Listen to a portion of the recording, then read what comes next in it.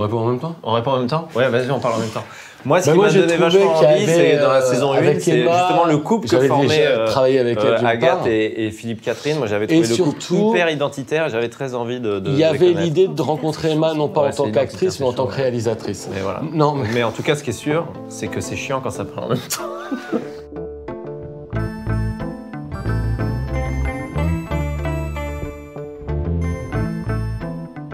On peut dire bonjour quand même. Oui. On est Oh là là.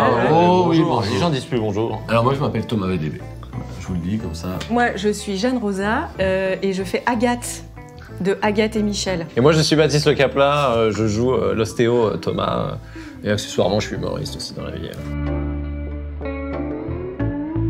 En fait, avec ma compagne, qui est jouée par Anne Serra, on joue un couple qui expérimente le bondage pour la toute première fois, un peu maladroitement, on va pas se mentir. Et donc, il est allé à Conforama pour chercher des cordes, des sangles, des mousquetons pour pouvoir l'accrocher. Et Anne Serra va se retrouver suspendue dans le vide parce que c'est comme ça qu'on fait l'amour en bondage. Enfin, j'ai jamais fait, mais j'imagine.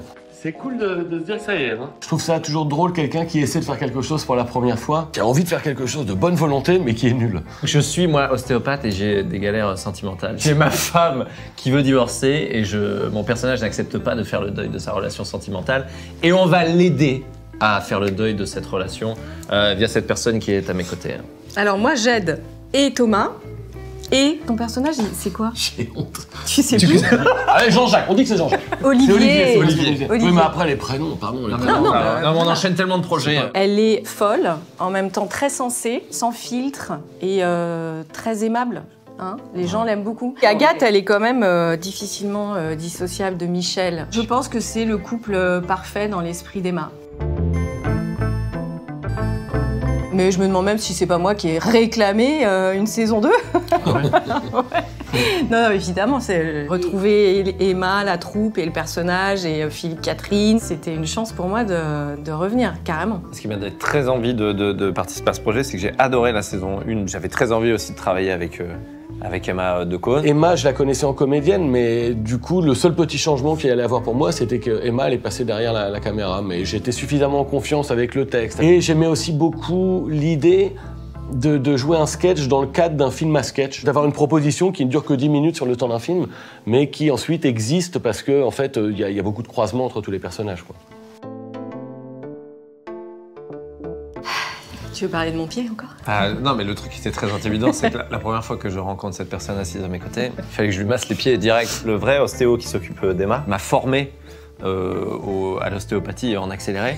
Je faisais des trucs, il me disait « Ah, ça c'est pas mal ce que tu fais, là. Ça existe vraiment. » Donc je lui palpais le mollet. Toi, t'as pas une formation bondage. Formation bondage. Voilà. Non, ni bricolage, ni perceuse. Ni bricolage. Alors le tournage était plus folklorique pour Anne Serra, qui joue ma compagne, que pour moi. Parce que moi, j'avais juste à me balader autour d'elle et elle était suspendue au plafond. J'avais juste à lui donner des petits coups de fouet. C'est pas très dur. Mais effectivement, la scène était assez sportive pour elle. Et puis inhabituel pour moi aussi quand même, parce que comme je pas du tout, toi. Parce que je ne bricole pas du tout. Mon sketch commence par moi qui donne des perceuses, et en fait je ne me sers pas des perceuses dans la vie, qui sont pour moi des outils du démon. Quand ils ont dit action et qu'ils ont dit perce, j'étais là, personne ne m'explique comment ça marche une perceuse. On part du principe que justement tous les mecs savent se servir d'une perceuse, et c'est justement le message de cette série. C'est que les mecs sont pas tous les gars qui ont réponse à tout qu'on croit. Les gars, des fois, ils sont un peu nuls, ils sont un peu branques, et ils ratent des trucs, et c'est aussi ce que raconte un peu cette série, je pense.